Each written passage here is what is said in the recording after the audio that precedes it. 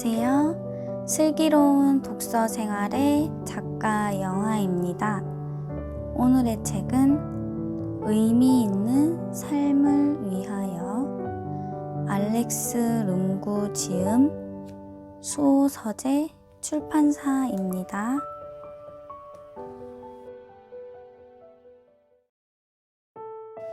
자책하는 이유. 자책 역시 강박에 불과합니다. 자책은 충만한 인생을 사는데 전혀 도움을 주지 않지만 우리는 그것에서 얻는 것이 있다고 여겨 계속 자기 응징, 자기 비하, 채찍질을 취하곤 합니다.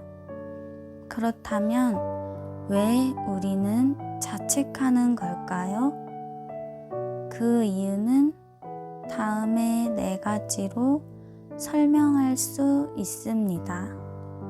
첫 번째, 착한 모습.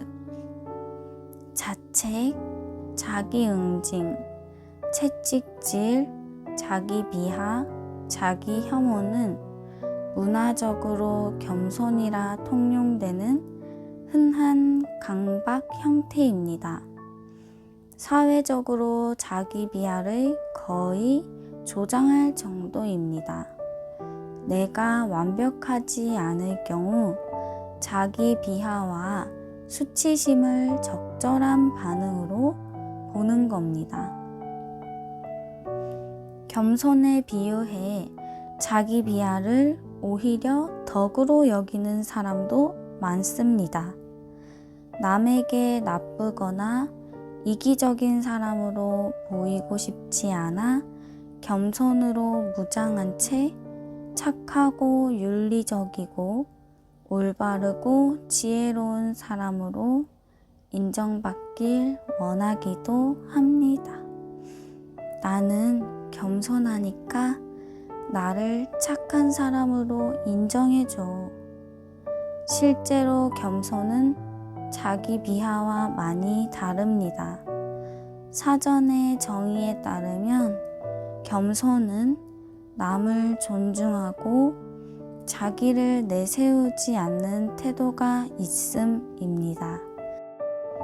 이것이 자신을 깎아내리는 것과 무슨 상관이 있을까요? 오히려 생각이든 태도든 자기 중심적이지 않을 때 겸손할 수 있습니다. 반대로 자기 비하는 자신에게만 몰두하고 자신을 착한 사람으로 자처하기 위한 자기 중심적 속임수입니다. 둘째, 상처받지 않기 위한 전략. 우리가 스스로를 채찍질하는 이유는 흔히 상처받지 않기 위해서입니다. 남의 눈치를 보거나 타인의 시선 혹은 평가를 두려워하거나 밑바닥 신념을 들킬까봐 주의하는 것은 여전히 우리의 풀타임 직업입니다. 그래서 사람들이 내 실수와 잘못, 문제를 밝혀내 비난하기 전에 차라리 스스로를 미리 비난하는 것이 안전하다고 생각합니다. 이 원리로 누군가가 내 실수를 지적하면 걱정하지 마세요. 제가 실수했다는 거 이미 알아요 라고 당당하게 말할 수 있습니다. 혹시 발표자가 발표하기 전에 제가 준비를 제대로 못해서 또는 제가 발표에 익숙하지 않아서 같은 말로 청중의 기대를 낮추는 것을 본 적 있나요? 이것은 흔한 자기 낮춤 패턴입니다. 사람들이 나를 좋지 않게 판단하기 전에 내가 미리 스스로를 깎아내리면 좋지 않은 결과를 내도 편하게 자존감을 유지할 수 있기 때문입니다. 세 번째, 자기 개발을 했다는 착각. 힘들게 고생한 끝에 결과를 내는 것과 가볍게 즐기면서 결과를 내는 것 중 어느 쪽이 더 마음이 후련한가요? 우리는 대부분 힘들게 얻은 결과가 훨씬 더 가치 있다고 생각합니다. 만약 오늘 하려고 했던 행동을 하지 않고 하루를 보낸 뒤 기대하던 결과를 내지 못하면 고생이라는 과정을 거치지 않은 것입니다. 이럴 때는 보통 자기를 응징하며 깨진 통합성을 되살리기 위한 대가를 치른다고 생각합니다. 채찍질로 오늘 내가 겪지 않은 고생을 대신 치른다고 착각하는 것입니다. 이는 자기 응징으로 깨진 통합성을 되살리려는 시도입니다. 저 또한 그랬습니다. 두려움에 따른 강한 저항에 떠밀려 의도하던 일을 뒤로 미룬 날 저녁이면 저를 심판대 위에 놓고 이런 자세로는 진짜 안 돼. 내가 너무 역겨워. 내일부터 더 열심히 해야 해. 하고 채찍질하는 대가를 치르고 나서야 마음이 편안해졌습니다. 그렇게 심판대 위에서 저를 깎아내린 뒤 죄책감이 많이 사라져 편안하게 드라마 시리즈를 봤습니다. 자책하고 나서 죄책감 없이 편하게 게으름을 피워도 됐기 때문입니다. 그러다 보니 자책은 제 가치를 정당화하는 전략이 되어버렸습니다. 문제 해결 마인드셋대로 매일 저녁, 오늘도 충분히 괴로웠으니 성공적인 하루였다 라며 제 자신을 위로했습니다. 위험한 것은 스스로를 심판대 위에 올리면 충분히 자기 개발을 했다는 느낌이 든다는 점입니다. 사실 그날 변한 것은 하나도 없었지만 이 대응 기제로 자책하면서 무언가를 해냈다고 합리화하는 겁니다. 행동하지 않고 자책으로 편하게 넘어가는 기발한 방법인 거죠. 알아차리지 못하면 내일도 똑같이 시원한 자책으로만 하루가 끝날지도 모릅니다. 다음날 또 그 다음날도. 네 번째, 자아 고정. 우리가 자책하는 가장 중요한 이유는 나 자신을 항상 밑바닥 신념으로 떨어뜨리기 위해서입니다. 예를 들어 제 밑바닥 신념은 나는 부담스러운 짐이다 였습니다. 그 밑바닥 신념에 따라 제게는 사람들에게 좋은 영향을 미쳐야겠다는 강박이 생겼고 늘 제가 얼마나 쓸모있는 사람인지 증명하고 싶었습니다. 하루를 보낸 뒤 오늘도 아무것도 하지 못했어. 난 아직 쓸모없는 인간이네 라고 생각한 저는 어떤 사람이 됐을까요? 진짜 쓸모없는 짐이 되어버렸습니다. 저는 끝없는 자기 비하로 부족한 나, 밑바닥 신념대로 믿는 나를 그대로 강화했습니다. 강박, 실패 사이클에서 자책은 우리의 모든 노력을 원점으로 되돌립니다. 변화가 두려워 행동하지 못하면 매일 자책으로 스스로를 원래의 자아로 끌어내립니다. 심판대 위에서 반성하며 성장을 위해 뭘 해냈다고 자기 합리화를 하면서 계속 결핍을 고착화하는 것입니다. 매일 어떤 말로 나 자신을 끌어내리고 있는가? 어떻게 자책을 줄이는가? 많은 사람이 자신에게 엄격하면 더 빨리 성장한다고 생각하지만 실은 그 반대입니다. 스스로를 깎아내릴수록 내 잠재력과 행동, 나아가 삶 전체를 제한할 뿐입니다.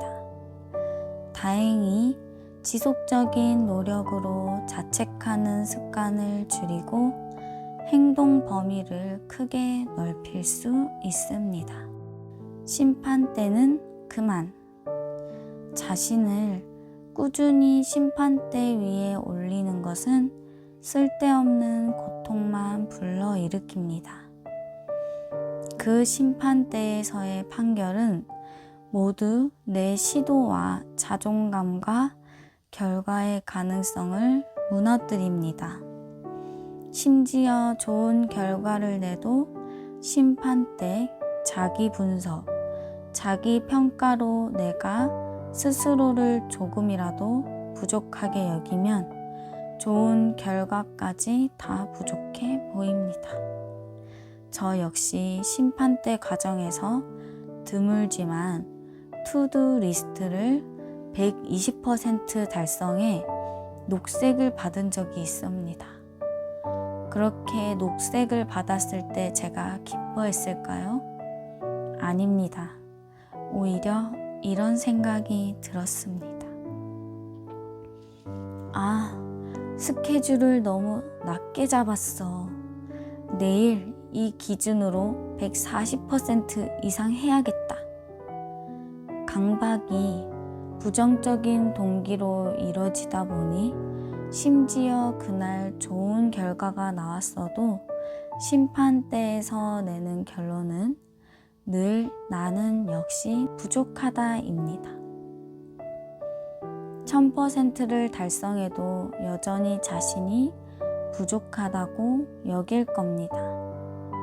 밑바닥 신념은 내게 진리이자 사실이라 우리는 그것과의 싸움에서 이길 수 없습니다. 그 싸움에서 이기는 방법은 자기 비난이 아니라 오직 인정과 포용뿐입니다. 아니, 어떻게 분석과 판단 없이 목표를 달성할 수 있어? 당연히 목표와 전략은 꼭 분석해야 합니다. 다만 그 과정에서 스스로를 심판하는 것은 추천하고 싶지 않습니다. 대신 다음 질문으로 목표와 전략만 분석하기 바랍니다. 자신의 자아 확장 기준을 반성하기 위해 진실의 순간을 보내길 권합니다. 오늘 행동은 효과적이었는가? 어떻게 조정하면 유효성을 높일 수 있을까? 내 다음 단계는 무엇일까? 현재 놓치고 있는 것은 무엇인가? 둘째, 우리는 자신의 존재 가치를 많은 성취와 일로 정당화해야 한다고 생각하지만 사실 우리는 존재 그 자체만으로도 이미 그 정당성을 뛰어넘습니다. 우리는 우주, 지구, 국가, 사회에 그리고 부모에게 갚을 것이 아무것도 없습니다. 존재 그 자체로 충분합니다. 존재하는 것으로 완벽합니다. 한 번은 피터 랄스턴이 제게 왜 계속 자기 자신을 증명해야 한다고 생각해? 라고 물었습니다. 저는 제 자신이 부담이라고 생각해서 제 존재를 세상에 갚아야 할 것 같아요 라고 대답했습니다. 그때 그가 제게 해준 말이 제 인생의 전환점이 되었습니다. 원하든 원치 않든 그런 자격이 있다고 생각하든 말든 넌 존재하고 있어. 그것만 알아차리면 돼. 저는 나는 짐스럽고 나는 부담이다 라는 신념을 오랫동안 지니고 있었습니다. 무언가 좋은 일을 해서 주변, 부모, 세상에 돌려주어야 부족한 제 존재를 정당화할 수 있다고 생각했습니다. 그런 망상으로 미친 듯이 달렸습니다. 물론 제가 좋은 일을 많이 했어도 그 결과는 늘 충분하지 않았습니다. 왜냐하면 저는 근본적으로 짐이었기 때문입니다. 피터의 말을 듣고 오랫동안 진실을 관조한 저는 제가 부담이 아니라는 것을 점차 깨닫기 시작했습니다. 특히 제가 세상에 아무것도 갚을 필요가 없다는 것을 깨달았습니다. 이것은 굉장히 큰 자유를 안겨줬습니다. 제가 무얼 돌려줘야 해서 사는 게 아니라 돌려주고 싶으면 충분히 그래도 된다는 것을 알았습니다. 자기 존재를 증명하는 것은 또 다른 가상 강박일 뿐입니다. 항암제를 개발하는 사람은 암 환자보다 더 존재할 가치가 있나요? 하루에 12가지 일을 하는 사람은 하루 종일 넷플릭스를 보는 사람보다 더 존재할 가치가 있나요? 그 기준은 누가 정하나요? 그렇다고 하루 종일 게으름을 피우며 아무것도 하지 말라는 뜻은 아닙니다. 다만 진정 원한다면 그래도 됩니다. 만약 그것을 원치 않으면 다른 것을 하면 됩니다. 자신을 성취에 따라 판단하지 말고 진심으로 원하는 것을 자유롭게 선택해 살아가세요. 사회에 기여하든 아름다운 예술품을 만들든 사람을 치유하든 진리를 추구하든 하루 종일 게임을 하며 뒹굴든 그것은 여러분의 선택입니다. 무얼 하든 강박이 아닌 진심 어린 의도라면 자기 실현 가능성은 무한합니다. 당신을 포함해 모든 인간에게는 무얼 해도 기본적인 존엄성과 살 권리가 무조건 있습니다. 존재 가치는 성취에 달려있지 않습니다. 잊지 마세요. 당신은 이미 존재 자체로 존재합니다. 셋째, 누가 자책하는가? 그동안 저는 이런 내용의 메일과 댓글을 아주 많이 받았습니다. 자책이 너무 심해서 하루하루가 너무 힘들어요. 이럴 때마다 저는 똑같은 답변을 합니다. 누가 자책하고 있나요? 하기 싫으면 하지 마세요. 자책이라는 고통 속에 있을 때 그 밖으로 나오는 게 쉽지 않을 수도 있지만 결국 그 늪에서 빠져나오게 하는 건 우리 자신입니다. 자기 감정, 습관, 행위의 주인의식을 개발하고 한 발 한 발 실천해 가야 합니다. 자책은 거의 무의식적 과정 같지만 실은 여기서도 얻는 것이 있다고 생각해 내가 직접 그것을 취하는 것입니다. 우리가 자책으로 무엇을 얻을까요?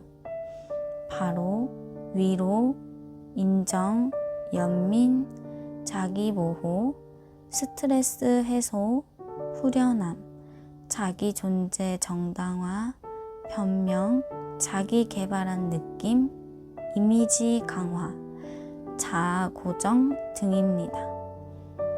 이제 비극적인 자기애는 그만하고 왜 스스로 자기 학대를 하는지 직접 관찰해 보세요. 가능한 한 솔직해지세요. 자아가 자책과 얼마나 얽혀 있는지 한번 확인해 보세요. 혹시 매일 자신을 심판대 위에 놓고 좋은 사람, 윤리적으로 우월한 사람, 바른 사람, 겸손한 사람이라고 생각하나요? 만약 자신을 엄격하게 판단해 조금이라도 긍지나 자랑이 생기면 그것을 책임져야 합니다. 삶과 자신을 객관적으로 돌아보는 것은 좋은 습관이지만 자신을 낮추는 건 그냥 새로운 에고 강화입니다. 다른 챕터와 똑같이 자책을 원하는 이유를 간주했으면 그 대가도 되돌아볼 것을 추천합니다. 자책 때문에 못하는 것은 무엇인가? 자책으로 어떤 대가를 치르고 있는가? 관조 후 내 행위를 바라보는 의식이 조금 올라갔으면 마지막으로 주인의식을 되살려 의식적인 선택을 하면 됩니다. 계속 자기 비하를 하고 싶은가? 아니면 충만한 삶에 집중하고 싶은가? 자책하고 싶으면 자책하되 자책 때문에 너무 힘들면 언제든 줄이면 그만입니다. 넷째, 자신과 그만 싸우기. 자책을 근본적으로 줄이고 싶으면 자신의 부족함을 이슈화하지 마세요. 자책은 곧 자기 자신과 싸우려는 시도입니다. 저항을 그만두면 문제될 것이 없습니다. 주의, 자책에 대한 자책. 이 과정에서 다음 한정만 빠지지 마세요. 아, 또 했어. 나 자책하면 안 되는데. 자책하지 않는 것을 새로운 자기 정당화 요소로 삼지 마세요. 그저 한 강박에서 다음 강박으로 넘어온 것 뿐입니다. 결국 자책하든 하지 않든 상관없습니다. 선택은 늘 여러분에게 있습니다.